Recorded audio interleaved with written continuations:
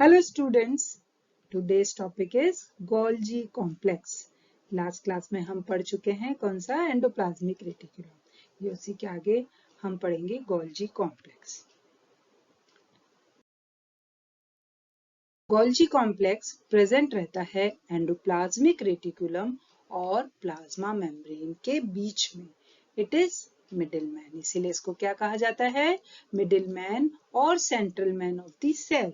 इसे किसने खोजा? तो इसको खोजा गया कैमिलियो गोल्जी के द्वारा इन 1873। किसमें खोजा? 9 सेल्स के अंदर इसे डिस्कवर्ड किया गया। ये प्रोकैरियोट्स में एब्सेंट होता है और किस में प्रेजेंट रहता है? तो ये यूकैरियोट्स में प्रेजेंट रहता है। लेकिन कुछ fungi, mature sperm and mature RBC के अंदर ये एब्सेंट होता है। कहाँ पाया जाता है? It present in zone of exclusion. Zone of exclusion क्या है? जहां पर कोई दूसरा ऑर्गेनेल प्रेजेंट नहीं होता। No organelle nearby Golgi complex. क्यों? क्योंकि गोल्जी कॉम्प्लेक्स क्या कराता है? वेसिकुलर ट्रांसपोर्ट कराता है। यह गोल्जी कॉम्प्लेक्स किसके बने होते हैं? सिस्टर्ने के बने होते हैं। इस तरह से सिस्टर्ने होते हैं। सिस्टर्ने आपस में ट्यूब्यूल्स के द्वारा जुड़े रहते हैं। तो सिस्टर्ने और सिस्टर्ने से जुड़े रहते हैं ट्यूब्यूल्स। और फिर आगे हम कहते हैं कि इसके अंदर क्या प्रेजेंट रहता है? तो वेसिकल्स प्रेजेंट होती है। इस तरह से हम बात कर सकते हैं। ये वेसिकल्स, और वेसिकल्स जो होती है ये क्या करती है? अलग अलग तरह से ट्रांसपोर्टेशन करती है। बट प्लांट्स के अंदर सिस्टर्ने आपस में कनेक्टेड नहीं होते, इसी कारण उन्हें क्या कहा जाता है? डिक्टियोसोम कहा जाता है। फिर हम बात करते हैं नेक्स्ट स्लाइड की। तो वहां हम देखेंगे ये है एंडोप्लाज्मिक रेटिकुलम, गोल्जी कॉम्प्लेक्स और प्लाज्मा मेम्ब्रेन के कनेक्शंस। तो हम कहते हैं जो भी प्रोटीन कहाँ बन रहा है? एंडोप्लाज्मिक रेटिकुलम में बन रहा है। ये प्रोटीन वेसिकल में पैक होकर कहाँ पहुंचता है? Endoplasmic reticulum Golgi complex intermediate के पास। ये हो गया endoplasmic reticulum Golgi intermediate complex. इसके पास पहुंच जाता है, जिसे हमने क्या कहा? ERGIC। यहाँ से प्रोटीन पहुंचता है सिस गोल्जी के पास। तो जब हम सिस गोल्जी की बात करते हैं तो सिस गोल्जी कैसे स्ट्रक्चर है? दिस इज सिस गोल्जी, जो कि कैसा होता है? कॉन्वेक्स। कैसा होता है? कॉन्वेक्स स्ट्रक्चर होता है और it is forming phase. Plasma Golgi complex क्या शो करती है? पोलैरिटी शो करती है। यहाँ पर फॉर्मिंग फेस होता है ये, और मींस कि यहाँ से वेसिकल्स फ्यूज हो जाती है। जो कहाँ से आ रही है? Endoplasmic reticulum Golgi intermediate complex से आने वाली वेसिकल्स इसके साथ फ्यूज हो जाती है और फ्यूज होकर ये ट्रांसफर होती है। कहाँ पर? एक सिस्टर्ने से, मतलब हम बोलेंगे सिस गोल्जी से मिडिल गोल्जी और मिडिल गोल्जी से ट्रांस गोल्जी। जो ट्रांस गोल्जी वाला फेस होता है दिस इज कॉन्वेक्स, कॉनकेव। कैसा होता है? ये कॉनकेव होता है। और जब ये कॉनकेव होता है तो हम कहते हैं इट इज मैच्योरिंग फेज। यहाँ से मैच्योरिंग फेज से क्या होगा? वेसिकल्स बनकर जब बाहर निकलती हैं, और अगर उनके ऊपर प्लाज्मा मेम्ब्रेन का सिग्नल है तो उन्हें कहाँ भेजा जाता है? प्लाज्मा मेम्ब्रेन के पास। अगर उनके पास सिग्नल है, कोई भी सिग्नल प्रेजेंट नहीं है, तो वेसिकल बाहर की ओर सिक्रीट आउट कर दी जाती है। और अगर उनके ऊपर लाइसोसोम का सिग्नल है तो उन्हें लाइसोसोम के पास भेज दिया जाता है। एंडोप्लाज्मिक रेटिकुलम से गोल्जी और गोल्जी से प्लाज्मा मेम्ब्रेन तक जब वेसिकुलर ट्रांसपोर्ट होता है तो इस ट्रांसपोर्ट को हम क्या कहते हैं? एनोग्रेड pathway. This pathway is known as एनोग्रेड। इस पाथवे को हम क्या कहते हैं? एनोग्रेड पाथवे कहते हैं। और अगर प्लाज्मा मेम्ब्रेन से वेसिकल कहाँ जाती है? एंडोप्लाज्मिक गोल्जी कॉम्प्लेक्स के पास, तो इस पाथवे को हम कहते हैं रिट्रोग्रेड पाथवे। इस तरह से दो पाथवे हैं, एनोग्रेड एंड रिट्रोग्रेड पाथवे। ठीक है, पाथवे यानी जहां से वेसिकल मूव करती हैं। तो इस तरह से ये है गोल्जी कॉम्प्लेक्स के स्ट्रक्चर, और उसके क्या क्या काम है वो मैंने आपको समझाए। अब हम देखते हैं नेक्स्ट स्लाइड में गोल्जी कॉम्प्लेक्स के फंक्शन। मेन फंक्शन क्या होता है? प्रोटीन शॉर्टिंग करता है। कौन से प्रोटीन की शॉर्टिंग करता है? सिक्रीटरी प्रोटीन की शॉर्टिंग करता है। ये कहाँ पर होता है? गोल्जी कॉम्प्लेक्स में होता है। सारे सिक्रीटरी प्रोटीन एंडोप्लाज्मिक रेटिकुलम से, कौन से एंडोप्लाज्मिक रेटिकुलम से? Rough endoplasmic reticulum. हम पहले पढ़ चुके हैं सारे सिक्रीटरी प्रोटीन कहाँ बनते हैं? रफ एंडोप्लाज्मिक रेटिकुलम में बनते हैं और यहाँ से बनकर इनको वेसिकल्स में पैक करके कहाँ भेजा जाता है? गोल्जी कॉम्प्लेक्स के पास भेज दिया जाता है। अच्छा, समझ आ रहा है सबको? तो नेक्स्ट देखिए, गोल्जी के पास स्पेसिफिक रिसेप्टर्स होते हैं और ये रिसेप्टर्स, इनके ऊपर अलग अलग रिसेप्टर्स अलग अलग सिक्रीटरी प्रोटीन्स के साथ बाइंड होते हैं।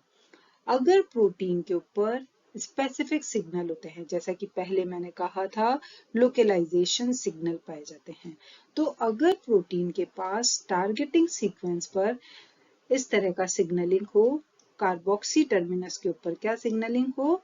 KDEL की सिग्नलिंग। के कार्बोक्सी टर्मिनल पर क्या है? KDEL। के मतलब क्या होता है? तो हम कहते हैं लाइसीन। के का मीनिंग हो गया लाइसीन। फिर हम कहेंगे कि एस्पार्टिक एसिड, इसे कहते हैं एस्पार्टिक एसिड, और फिर इसे कहते हैं टेमिक एसिड,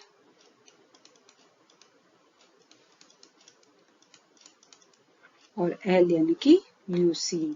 तो इस तरह की अगर सिग्नलिंग हो तो उस प्रोटीन को कहाँ भेजा जाएगा?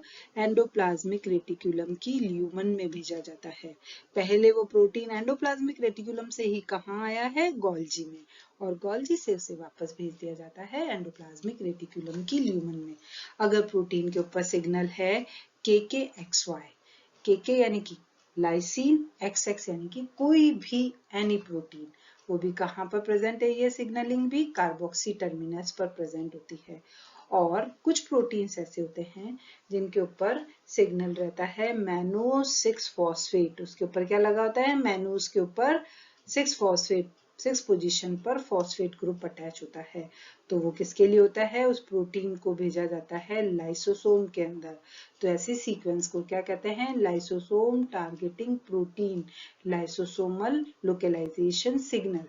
फिर हम बात करते हैं कि कुछ प्रोटीन जिनके ऊपर सिग्नलिंग होती है NPXY, कार्बोक्सी, कार्बोक्सी टर्मिनस पर क्या होता है? NPXY। N फॉर क्या होता है? एस्पेरेजीन। ठीक है। फिर हम कहते हैं P का मतलब क्या है? प्रोलीन। और XY यानी X यानी एनी अमाइनो एसिड, और Y का मतलब होता है टायरोसिन। क्या होता है? टायरोसिन। कहाँ पर होती है ऐसी सिग्नलिंग? कार्बोक्सी टर्मिनल के ऊपर। तो इस प्रोटीन को कहाँ भेजा जाएगा? ये रेजिडेंट प्रोटीन बनेगा प्लाज्मा मेम्ब्रेन का। और कैसा प्रोटीन बनेगा? Integral protein. अब ये देखिए, इस पाथवे के अंदर मैंने आपको समझाया है कि जो ट्रांस गोल्जी नेटवर्क होता है, वहां से ये वेसिकल बना, और वेसिकल के ऊपर किसका सिग्नल है? मैनोज 6 फॉस्फेट का। इसी कारण ये कहाँ जा रहा है? लेट एंडोसोम से फ्यूज हुआ और जाकर लाइसोसोम से फ्यूज हो गया। तो यह है लाइसोसोमल टारगेटिंग सिग्नल। लाइसोसोम के प्रोटीन्स कहाँ पहुंच गए? लाइसोसोम तक पहुंच गए। कुछ प्रोटीन्स ऐसे होते हैं जिसे हम क्या कहते हैं कि उन प्रोटीन के ऊपर सिग्नलिंग होती है, कोई प्रकार का कोई सिग्नल ही प्रेजेंट ना हो तो वो जाकर प्लाज्मा मेम्ब्रेन से वेसिकल फ्यूज हो जाती है, और फ्यूज होने के बाद सारे केमिकल्स और उसके अंदर जो सब्सटेंसेस होते हैं बाहर की ओर रिलीज कर दिए जाते हैं। तो इन्हें कहते हैं सिक्रीटरी प्रोटीन्स, और ऐसी वेसिकल्स को कहते हैं सिक्रीटरी वेसिकल्स। अब देखिए, कुछ प्रोटीन्स ऐसे होते हैं जो जिनके ऊपर क्या होता है? प्लाज्मा मेम्ब्रेन के इंटीग्रल प्रोटीन बनने की सिग्नलिंग होती है, लाइक दिस। तो ये प्रोटीन्स कहाँ जाकर प्लाज्मा मेम्ब्रेन की स्पेसिफिक इंटीग्रल प्रोटीन्स का फॉर्मेशन करते हैं। तो इस तरह से गोल्जी कॉम्प्लेक्स क्या करती है? रिट्रोग्रेड और एनोग्रेड पाथवे के द्वारा मॉलिक्यूल्स को उनके सही रूट, सही स्थान पर पहुंचाती है। नेक्स्ट, अब हम क्या कहते हैं? देखिए, N linked glycosylation. N linked glycosylation क्या है? ग्लाइकोसाइलेशन का मतलब होता है शुगर मॉलिक्यूल का एडिशन, शुगर एडिशन, ठीक है। ग्लाइकोसाइलेशन का मतलब है शुगर एडिशन। अब ये शुगर का एडिशन होता कैसे है? तो लास्ट क्लासेस में मैंने आपको बताया था, जब हमने ईआर पढ़ा था, तो एन लिंक्ड ग्लाइकोसाइलेशन स्टार्ट हो जाता है एंडोप्लाज्मिक रेटिक्यूलम में, और फाइनलाइज्ड कहाँ होता है? तो वो गोल्जी कॉम्प्लेक्स में फाइनलाइज होता है। जब एंडोप्लाज्मिक रेटिक्यूलम से प्रोटीन कहाँ पहुंचता है? गोल्जी के अंदर, तो उसके ऊपर से 3 शुगर्स को रिमूव कर दिया जाता है। कितनी शुगर को? 3 शुगर्स को रिमूव किया जाता है, और कुछ शुगर्स जैसे कि सियालिक एसिड उसके ऊपर अटैच कर दिया जाता है, उसके टर्मिनस के ऊपर। तो ये देखिए सिरेमाइड कहाँ बन गया? एंडोप्लाज्मिक रेटिकुलम में। आगे की बात करते हैं हम O linked glycosylation. O linked glycosylation कहाँ होता है? तो एक्सक्लूसिवली गोल्जी कॉम्प्लेक्स के अंदर होता है। और ये होता कहाँ है? तो सेरीन थ्रियोनिन अमाइनो एसिड जहां भी होते हैं उसके ऊपर, सेरीन के ऊपर क्या होता है? ग्लाइकोसाइलेशन हो जाता है। और ग्लाइकोसाइलेशन कौन कराता है? तो ग्लाइकोसिल ट्रांसफरेज के द्वारा होता है। फिर आता है ग्लाइकोलिपिड सिंथेसिस। तो ग्लाइकोलिपिड्स का सिंथेसिस, कौन कौन से ग्लाइकोलिपिड्स हैं? ये हमने अपने फर्स्ट लेक्चर में पढ़ा था कि प्लाज्मा मेम्ब्रेन में कैसे ग्लाइकोलिपिड्स होते हैं, गैंग्लियोसाइट्स, सेरेब्रोसाइट्स। इन सब का सिंथेसिस कहाँ होता है? गोल्जी कॉम्प्लेक्स में। लेकिन जो सिरेमाइड है उसका फॉर्मेशन कहाँ होता है? तो स्मूथ एंडोप्लाज्मिक रेटिकुलम में बन जाते हैं। तो ये सिरेमाइड मैंने कहाँ बना लिया? स्मूथ एंडोप्लाज्मिक रेटिकुलम से। अब ये सिरेमाइड स्मूथ एंडोप्लाज्मिक रेटिकुलम से कहाँ पहुंचता है? गोल्जी कॉम्प्लेक्स के पास। और जब ये गोल्जी कॉम्प्लेक्स के पास पहुंचता है तो हम क्या कहते हैं? इसके ऊपर अटैच कर दिया जाता है फॉस्फोकोलिन। जब फॉस्फोकोलिन अटैच होता है तो ये बन जाता है स्फिंगोमाइलिन। और जब सिरेमाइड गोल्जी कॉम्प्लेक्स में पहुंचता है और उसके ऊपर शुगर का एडिशन हो जाता है, तो ऐसे सिरेमाइड्स को क्या कहने लगते हैं? ग्लाइकोलिपिड्स। तो 3 काम किए। एन लिंक्ड ग्लाइकोसाइलेशन आपको याद होगा, वहां मैंने बताया था एस्पेरेजिन के ऊपर अगर ग्लाइकोसाइलेशन होता है, इसी कारण इसे क्या कहते हैं? N linked glycosylation. O linked यानी कि जो सेरीन है उसके ऊपर जो आर चेन होती है उसमें क्या प्रेजेंट होता है? CH2OH। और इस O के ऊपर जब शुगर मॉलिक्यूल अटैच होता है तो वो कहलाता है ओ लिंक्ड ग्लाइकोसाइलेशन। और ग्लाइकोलिपिड्स का फॉर्मेशन भी कहाँ हो जाता है? एंडोप्लाज्मिक रेटिकुलम, सिरेमाइड्स एंडोप्लाज्मिक रेटिकुलम में बनते हैं, और गोल्जी ग्लाइकोलिपिड्स कहाँ बनते हैं? गोल्जी कॉम्प्लेक्स में। इसी तरह से स्फिंगोमाइलिन भी कहाँ बनता है? तो गोल्जी कॉम्प्लेक्स के अंदर बनता है। आगे देखते हैं अभी हम कर रहे हैं पैक्टीन की। पैक्टीन कहाँ काम आता है? तो प्लांट की सेल वॉल में मिडिल लैमेला का जो फॉर्मेशन होता है वो पैक्टीन से होता है। हेमीसेल्यूलोज ये क्रॉस लिंकिंग करवाता है। तो इन दोनों का ही सिंथेसिस गोल्जी कॉम्प्लेक्स में किया जाता है। साथ ही साथ प्लांट्स में एक महत्वपूर्ण काम और होता है, सेल प्लेट फॉर्मेशन।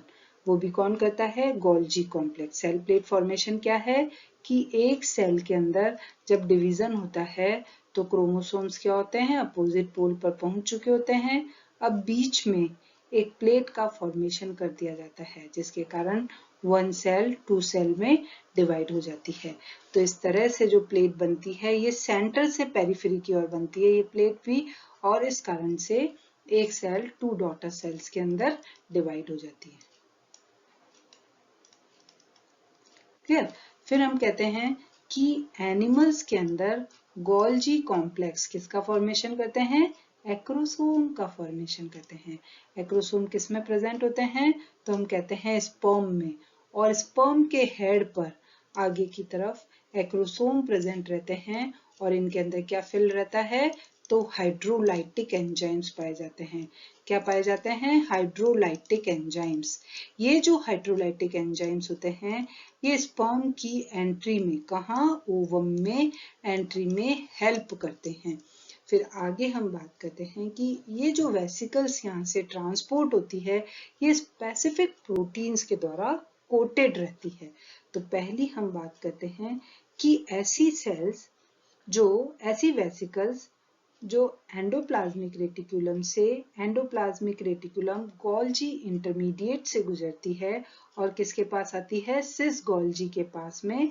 तो ये वेसिकल्स किसके द्वारा कोटेड रहती है, specific protein, this is COP2। फिर हम कहते हैं वेसिकल्स जो गोल्जी कॉम्प्लेक्स से रेट्रोग्रेड पाथवे के द्वारा कहाँ पहुंच रही है, एंडोप्लाज्मिक रेटिकुलम के पास। तो वो वेसिकल्स कोटेड रहती है COP1 के द्वारा। किससे कोटेड रहती है, COP1 के द्वारा कोटेड रहती है। और फिर हम कहते हैं कि कुछ वेसिकल्स जो प्लाज्मा मेम्ब्रेन से कहाँ जाती है, तो गोल्जी की तरफ। और वेसिकल्स जो गोल्जी से वापस आती है किधर, प्लाज्मा मेम्ब्रेन की तरफ। तो ये वेसिकल्स क्लैथ्रीन से कोटेड रहती है। किससे कोटेड रहती है, क्लैथ्रीन के द्वारा कोटेड रहती है। तो क्लैथ्रीन कोटेड वेसिकल्स। तो ये देखिए इन कलर से भी हम समझ सकते हैं, COP2 इस तरह का है, COP1 इस तरह का है और क्लैथ्रीन कोटेड वेसिकल्स इस तरह की है। तो हम ये कहेंगे कि स्पेसिफिक पाथवे में स्पेसिफिक प्रोटीन्स होते हैं जो वेसिकल्स को कोट करते हैं और उनको कहाँ लेकर जाते हैं, अलग अलग स्पेसिफिक रीजन्स के अंदर लेकर जाते हैं। तो अभी आज हमने क्या क्या पढ़ा, गोल्जी कॉम्प्लेक्स क्या है, उसकी स्ट्रक्चर क्या है और उसके फंक्शंस क्या है। अब नेक्स्ट में फिर मिलेंगे हम अपने नए वीडियो के साथ। तब तक थैंक यू सो मच।